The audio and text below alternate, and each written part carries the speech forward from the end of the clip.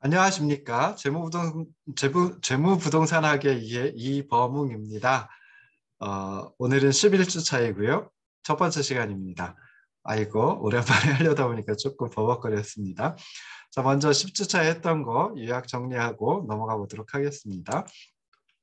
자, 10주 차에는 이제 부동산의 분류에 대해서 살펴봤죠. 그래서 사용 목적에 따른 분류 보고, 그다음에 토지의 분류를 지목별, 용도별, 그리고 부동산 활동에 따라 가지고 해보았습니다.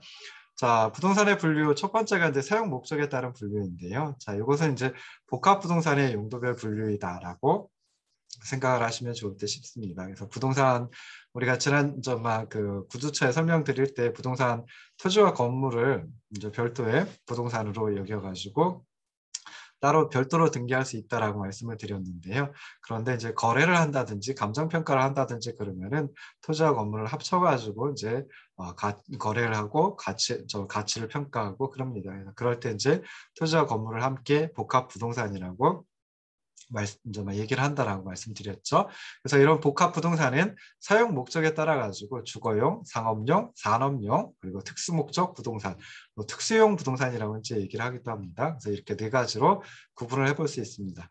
그래서 주거용 부동산은 하나 이상의 가구가 거주하는 부동산을 의미하고, 상업용 부동산은 오피스 빌딩, 상가, 쇼핑센터, 상업용 부지 뭐 이런 부동산을 의미하고, 산업용 부동산은 공장, 창고, 공업용 부지 등의 부동산을 의미하며, 특수목적 부동산은 호텔, 극장, 학교 등과 같이 특정한 활동을 위해 설계되고 운영되는, 그래서 한 동 전체를 그 특정한 활동을 위해 운용하는 부동산을 의미한다라고 말씀드렸습니다.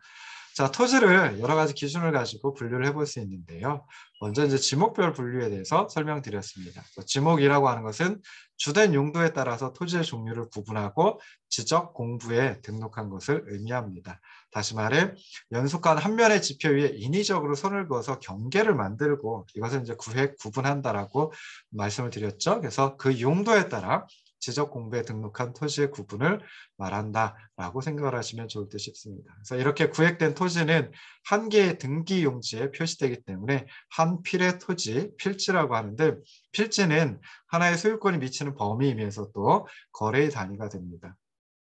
자, 우리나라 공간정보의 구축 및 관리 등에 관한 법률, 공간정보법에서는 지목을 28개로 분류하고 있습니다. 그렇긴 하지만 주의하셔야 될 거, 지목이 실제 이용 상황하고 항상 일치하느냐, 그렇지 않은 경우도 있다라고 하는 거 생각을 해보시면 좋을 듯 싶습니다. 자, 이런 지목을 설정하는 방법은 크게 세 가지 정도 생각해 볼 수 있는데요.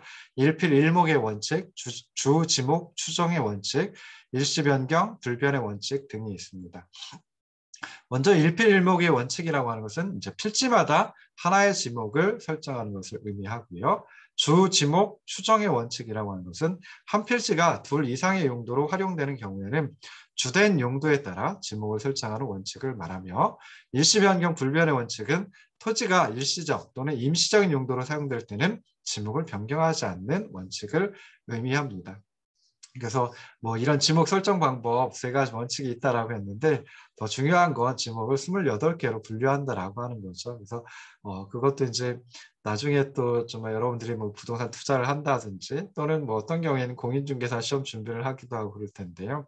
그럴 때 이제 이 지목이라고 하는 게 좀 중요하니까 28개의 지목 어떤 것들이 있는지 살펴보시는 것도 좋을 듯 싶습니다.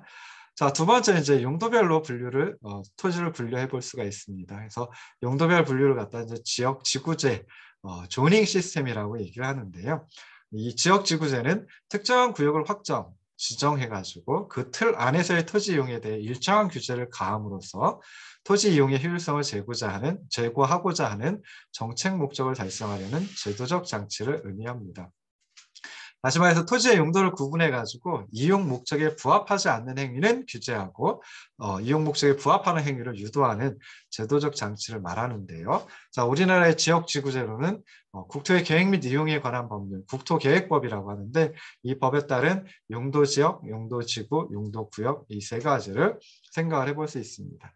용도지역은 토지의 이용, 건축물의 용도, 건폐율, 용적률, 높이 등을 제한함으로써 토지를 경제적, 효율적으로 이용하고 공공복리의 증진을 도모하기 위하여 서로 중복되지 아니하게 도시군 관리계획으로 결정하는 지역을 의미합니다. 그래서 용도지역은 이제 전 국토에 걸쳐 서로 중복되지 않게 지정하고 크게 도시지역, 관리지역, 농림지역, 자연환경보전 지역 이렇게 이제 네 가지로 대분류를 하는데요. 뭐 중분류, 세분류까지도 있다. 그래서 21개의 세분류 용도지역이 있다라고 하는 거 생각해 보시면 좋을 듯 싶습니다. 자, 용도 지역은 그 전 국토에 걸쳐 가지고 지정을 하고 있습니다. 그런데 용도 지구나 용도 구역은 그렇지는 않습니다. 그래서 용도 지구는 토지의 이용, 건축물의 용도, 건폐율, 용적률, 높이 등에 대한 용도 지역의 제한을 강화하거나 완화하여 적용함으로써 용도 지역의 기능을 증진시키고 경관 안전 등을 도모하기 위하여 도시군 관리 계획으로 결정하는 지역을 의미합니다. 다시 말해서 용도 지역의 제한을 강화 또는 완화하여 적용함으로써 용도 지역의 기능을 증진시키기 위해 결정하는 지역이다라고 생각하시면 좋을 듯 있고요.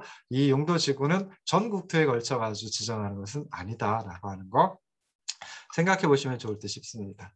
자, 마지막 세 번째가 이제 용도 구역인데요. 용도 구역은 토지의 이용 및 건축물의 용도, 건폐율, 용적률, 높이 등에 대한 용도 지역 및 용도 지구의 제한을 강화하거나 완화하여 따로 정함으로써 시가지의 무질서한 확산 방지, 계획적이고 단계적인 토지 이용 도모, 토지 이용의 종합적 조정 관리 등을 위하여 도시군 관리 계획으로 결정하는 지역을 의미합니다. 그러니까 용도구역은 시가지의 규모, 범위, 그리고 개발 방침, 정비 방침 이런 것들을 정해가지고 개발 행위나 토지 이용을 총체적으로 제한하거나 완화하는 수단이다라고 생각해 볼 수 있고요. 이 용도구역 중에 이제 개발 제한 구역 같은 경우에는 그 규제 또는 제한이 굉장히 강하다라고 하는 것도 이제 생각해 보시면 좋을 듯 싶습니다. 그래서 용도지역, 용도지구, 용도구역 모두 다 이제 그 분류를 중분류 또는 세분류까지 이제 해볼 수, 세분류까지 해볼 수 있는데요. 그런 것들도 하나하나 알아두시면 이제 좀 좋을 듯 싶기도 합니다. 자, 마지막으로 이제 부동산 활동에 따른 토지의 분류 중에 두 가지 정도를 했었습니다. 그래서 제일 먼저 나온 게 이제 택지, 대지, 부지라고 하는 이제 분류인데요. 이것은 이제 분류라기보다는 좀 용어의 의미를 생각하시면 좋을 듯 싶습니다. 그래서 택지는 지상에 건축물이 있거나 건축물을 바로 설치할 수 있도록 이미 조성된 토지를 의미한다라고 생각하시면 좋을 듯 싶습니다. 자, 대지는 건축물을 지을 수 있는 토지를 의미하는데요. 이게 이제 두 가지로 또 이제 그 의미가 나뉜다라고 이제 말씀을 드렸죠. 그래서 공간정보법에서는 지목이 대인 토지를 대지라고 얘기를 합니다. 그런데 건축법에서는 이제 그 공간정보법에 의해서 각 필지로 구획된 토지를 이제 또 대지라고 얘기를 합니다. 자, 마지막으로 이제 부지는 일정한 목적에 제공되고 있는 바닥 토지를 의미한다라고 생각을 하시면 좋을 듯 싶습니다. 그러면 이 택지, 대지, 부지 가운데 가장 넓은 의미의 토지는 부지이고요. 그 다음에 택지가 지목이 대인 토지, 대지를 지목이 대인 토지라고 했을 때 그때 그 지목이 대인 토지보다는 택지가 좀 더 넓은 개념으로 사용이 되고 있다라고 생각을 하시면 좋을 듯 싶습니다. 자, 다음에 설명드렸던 게 이제 나지, 건부지, 공지 이런 것들이었습니다.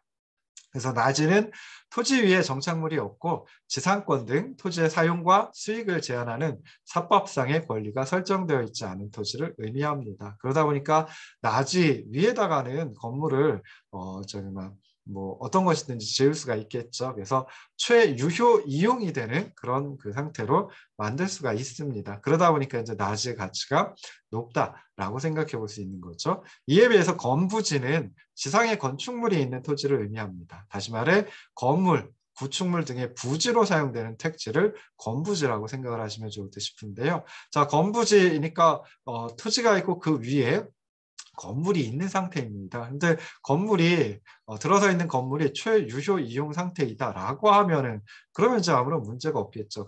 그런데 그렇지 않고 최유효 이용 상태가 아니다. 그래서 건부지의 지상 건물이 최유효 이용 상태가 아니다라고 하면 그때는 건부지의 효용, 건부지의 가치가 상대적으로 감소되어서 가치가 낮아지는 현상이 발생을 합니다. 이놈을 건부감가라고 얘기를 합니다. 그래서 건물이 부착되어 있기 때문에 가치가 감소되는 낮아지는 현상, 뭐 이렇게 이제 생각을 하시면 좋을 듯 싶습니다. 자, 이에 비해서 오히려 건부지의 가치가 낮이보다 더 높아지는 현상이 발생하기도 하는데요. 이놈을 건부증가라고 얘기를 합니다. 그래서 건부증가는 주로 그 개발 제한 구역 내 건부지에서 나타나게 됩니다. 그래서 개발 제한 구역은 건축물을 만들 수가 없습니다. 신축을 할 수도 없고요. 개축을 하기도 어렵습니다. 그래서 그럴 때는 그러한 개발 제한 구역 내에서는 오히려 건물이 있는 건부지가 낮이보다 가치가 더 높아지게 되는데요. 그런 현상을 갖다가 건부증가라고 이제 생각을 하시면 좋을 듯 싶습니다. 그래서 건물이 건물이 있기 때문에 오히려 가치가 증가되는 현상이다라고 생각을 하시면 좋을 듯 싶어요. 자, 마지막으로 이제 공지라고 하는 것도 설명을 드렸습니다. 그래서 대지에서 건축물의 바닥 면적을 제외한 나머지 부분을 공지라고 얘기를 합니다. 그래서 주로 이제 주차장, 화단 뭐 이런 것들로 이제 이용이 된다라고 생각을 해볼 수 있습니다. 그래서 공지가 가지고 있는 또 어떤 기능도 잠깐 이제 말씀을 드렸죠. 그래서 이렇게 해가지고 지난 10주차에 말씀드렸던 거 강의했던 내용을 갖다가 이제 요약 정리를 했습니다. 10주차에는 많은 부분을 나가지 않은 것처럼 느껴지는데요. 근데 실제로는 이제 표를 통해 가지고 그 지목도 이제 28가지 지목, 그다음 용도 지역도 21개, 세부 용도 지역 살펴봤고요. 용도 구역, 용도 지구도 11개 용도지구 있었고 용도구역도 5개 용도구역이 있었죠. 그래서 그것들을 갖다가 좀 차근차근 한번 정독을 해보시는 것도 고려해 보시기 바랍니다. 그래서 나중에 이제 재무부동산학 전공 과목을 듣는다라고 하면 또 중요한 어떤 그 용어들이기도 하니까요. 한번 살펴보시면 좋을 듯 싶습니다. 자, 오늘은 이제 그 5번째 강의안 가지고 하는데요. 5번째 강의안 57쪽입니다. 그래서 이렇게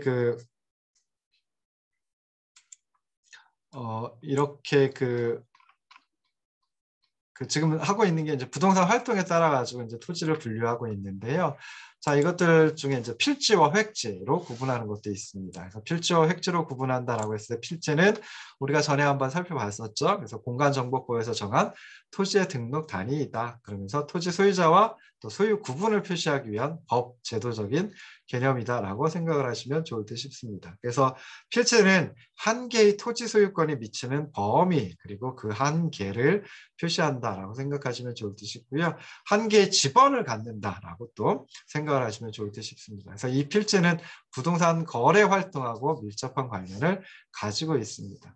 자, 여기서 이제 하나의 필지를 2개의 필지 이상으로 나누어서 등기를 할 수도 있는데요. 이런 걸 갖다가 이제 분할, 토지의 분할, 필지의 분할, 줄여가지고 이제 분필이라고 얘기를 하기도 합니다.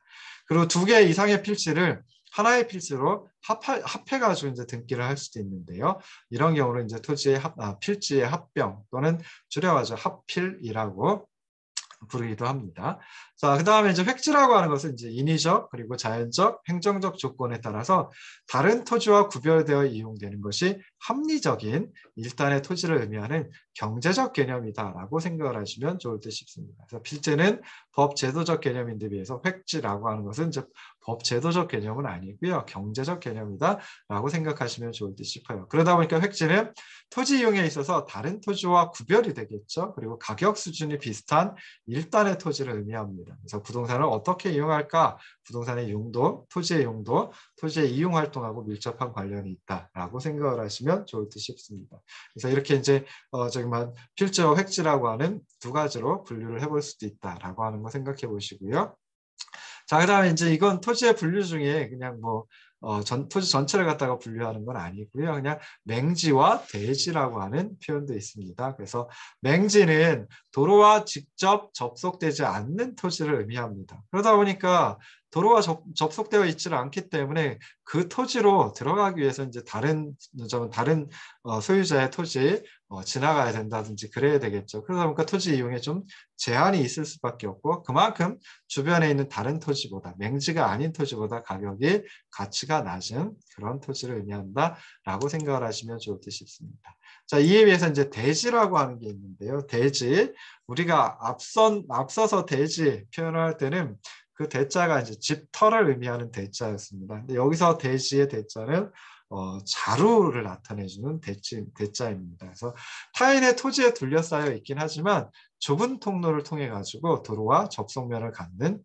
자루형의 토지를 대지라고 얘기를 합니다. 그래서 자루 대자 써서 대지, 뭐 또 그다음에 집터 대자 써서 대지, 이 두 가지가 우리말 발음으로는 똑같은데 우리말 표기로는 똑같은데 좀 다른 의미를 가지고 있다라고 하는 거 또 생각을 해보시면 좋을 듯 싶습니다. 자, 그 다음에 나오는 것이 이제 후보지와 이행지라고 하는 그런 용어입니다. 그래서 후보지는 택지 지역, 그러니까 토지를 갖다가 이제 세 가지 지역으로, 요거는 이제 그 용도 지역은 앞서서 이제 법에 의한 용도 지역이 있고요. 그 다음에 실질적인 용도 지역, 우리가 이제 구분을 할 때 뭐 택지 지역, 농지 지역, 임지 지역, 뭐 이렇게 이제 세 가지로 크게 이제 구분을 합니다. 그래서 택지 지역은 이제 주택이라든지 건물이 들어서 있는 또는 들어설 예정인 그런 지역이다라고 생각하시면 되고요. 농지 지역은 이제 농업용으로 이용이 되는 거죠. 그래서 뭐 논이나 밭이나 또는 과수원으로 이용되는 지역이고요.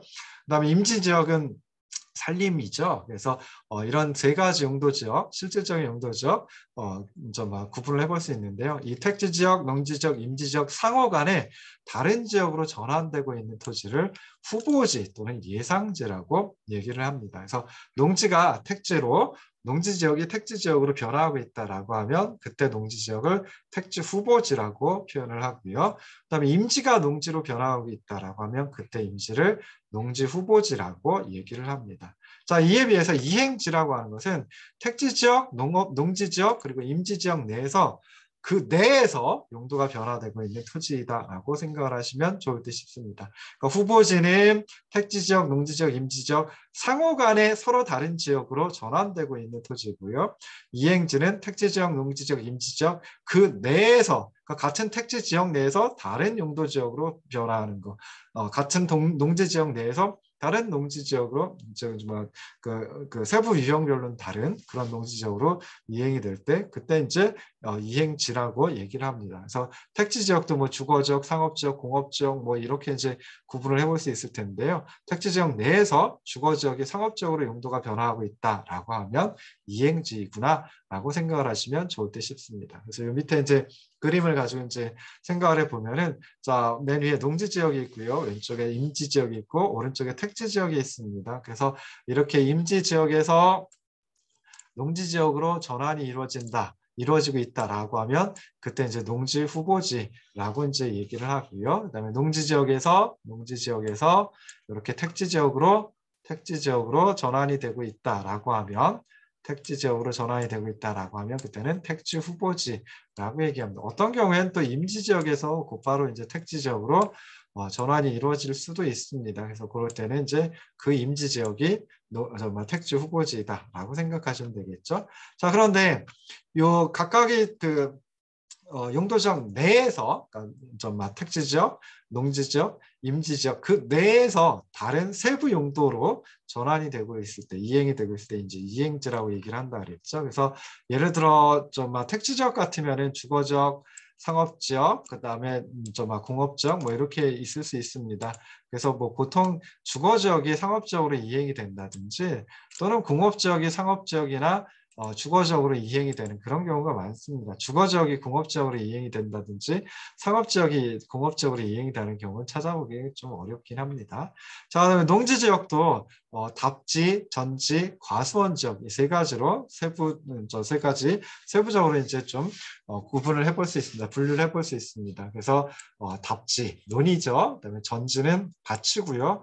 과수원 지역은 과수원들이 들어서 있겠죠. 그래서 답지가 전지로 이행이 되면 그 이행지라고 얘기하고요. 그다음에 답지가 또 과수원 지역으로 이행이 되기도 합니다. 그래서 그런 것들 생각해 볼 수 있습니다. 자, 뭐 마지막으로 보면 이제 임지 지역은 용재림 지역, 그다음에 신탄림 지역 두 가지로 이제 생각을 해볼 수 있는데요. 자, 용재림 지역이라고 하는 것은 용재가 이제 가구라든지 뭐 건물이라든지 이런 거 만들 때 들어가는 제목, 이용되는 제목 해가지고 용재라고 얘기를 해요. 그래서 용재림 지역은 뭐 제목을 얻기 위한 숲이다라고 생각해 볼 수 있고요. 그다음에 신탄림 지역은 자, 얘는 그냥 뗄나무 또는 숯을 만들어내기 위한, 얻기 위한 그 숲을 갖다가 신타님 지역이라고 얘기를 합니다. 그러니까 신타님 지역에서 용재림 지역으로 이행이 된다든지 하는 경우도 나타날 수 있겠죠. 그래서 꼭 기억하셔야 될 거, 후보지, 이행지 나오면 후보지는 택지지역, 농지지역, 임지지역 상호 간에 다른 지역으로 전환되고 있는 토지이다. 이행지는 택지지역, 농지지역, 임지지역 내에서 세부 용도가 변화되고 있는 토지이다 라고 하는 거 기억을 하시면 좋을 듯 싶습니다. 자, 그 다음에 소지, 원지 뭐 이런 표현들도 이런 용어들도 나옵니다. 그래서 소지는 택지 등으로 개발되기 이전에 자연 상태 그대로의 토지를 소지라고 이제 표현을 합니다. 그리고 원지는 생산 요소의 하나인 원료로 투입되는 토지를 원지라고 이제 얘기를 한다라고 생각을 하시면 좋을 듯 싶습니다. 그래서 뭐 예를 들어 가지고 농사를 짓는다. 농업 생산을 한다라고 하면 그때는 이제 토지가 뭐 논이 또는 밭이 이제 투입이 되죠. 원료 생산 요소로 투입이 되죠. 그래서 그때를 갖다 이제 원지라고 생각을 하시면 되고요. 소지는 자, 택지 등으로 개발되기 이전이에요. 그러니까 택지든 농지든 임지든 하여튼 개발되기 이전에 원래 상태 그것을 갖다 이제 소지라고 얘기를 한다라고 생각을 하시면 좋을 듯 싶습니다. 자, 그 다음에 이제 법지, 빈지 뭐 이런 용어들도 있습니다. 그래서 굉장히 많은 것들이 나오는데요. 자, 법지는 법률상으로는 소유권이 인정이 돼요. 그렇긴 하지만 사용 또는 수익의 활용 실익이 적은 토지를 말합니다. 그래서 주로 이제 토지 면적에 포함이 되긴 하지만 실제로 사용할 수 없는 그런 토지를 갖다 이제 법지라고 얘기를 하는데요. 대표적인 게 택지의 경계와 접한 경사면의 토지. 그러니까 이만큼의 토지가 있어요. 근데 한쪽에 이렇게 경사면이 있어가지고 한쪽 그 경계가 경사면이 있어요. 그럼 뭐예요? 그 나머지에다가는 뭐 집을 짓는다든지 아니면 공장을 짓는다든지 상가를 짓는다든지 할 수 있지만 이렇게 경사면이 있으면 그 경사면도 이렇게 투영된 면적을 갖다가 경사면 이게 면적이 요 부분이 면적이 아니죠. 면적은 요 밑에 있는 요게 면적이죠. 그래서 경사면이 있는데 그 면적만큼은 집을 짓는다든지 공장을 짓는다든지 할 때 쓸 수가 없습니다. 그래서 이런 것들 택지 경계와 접한 경사면의 토지와 같은 것을 법지라고 한다. 그래서 법지는 법률상으로는 소유권이 인정된다. 그래서 법지라고 얘기를 합니다. 그런데 활용 실익은 적다 또는 거의 없다라고 하는 토지를 법지라고 얘기를 합니다. 자, 빈지는 일반적으로 바다와 육지 사이에 해변에 있는 토지를 빈지라고 얘기합니다. 그러니까 우리말로 하면 바닷가라고 얘기를 하면 되겠죠. 그래서 사용을 할 수도 있고 수익의 대상이 되기도 합니다. 그렇지만 소유권이 인정되지 않는 토지를 빈지라고 얘기를 합니다. 그래서 사용할 수 있고 수익을 얻을 수도 있죠. 뭐 바닷가, 뭐 해변 해가지고 거기다 좀 모래사장이 있으면 거기서 이제 뭐 뛰어놀고 하면서 사용할 수 있죠. 그 다음에 또 뭐 어떤 경우에는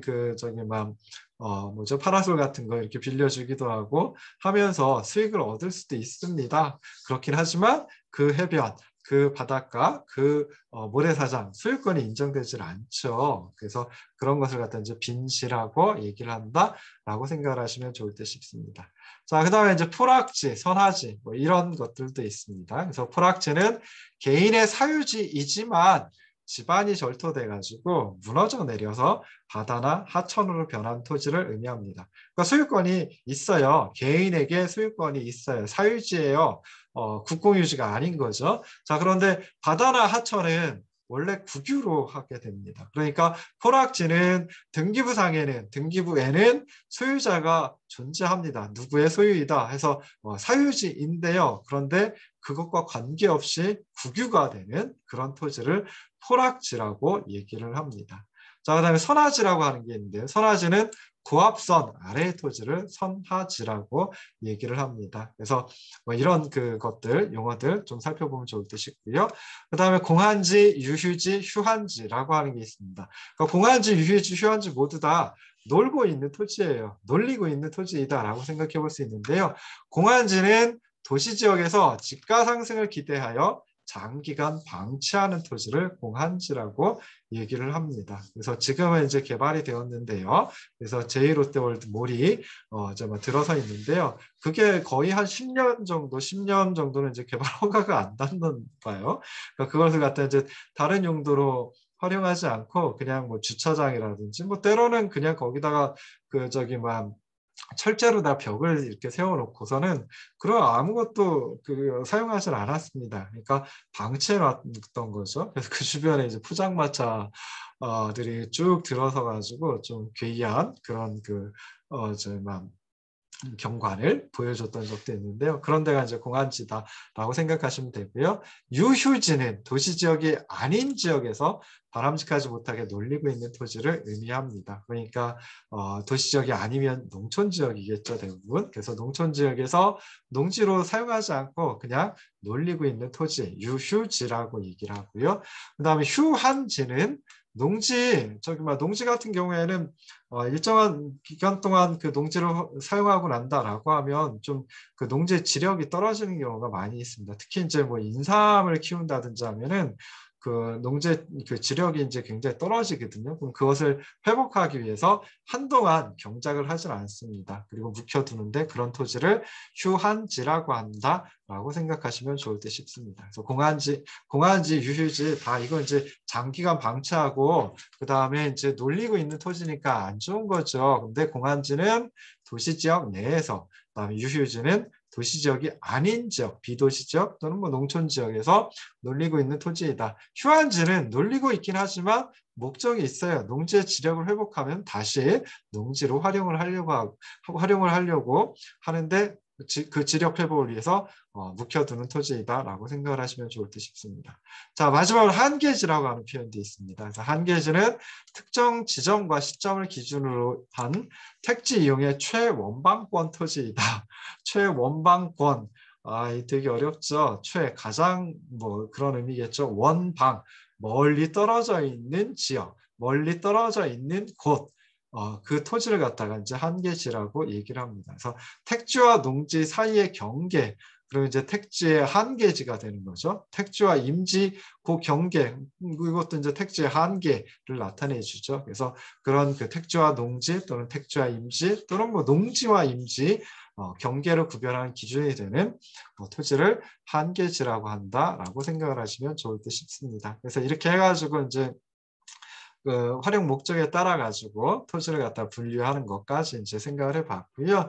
자, 조금 쉬었다 돌아와 가지고 이제 나머지 건물과 주택을 또 어떻게 분류하는지 살펴보도록 하겠습니다.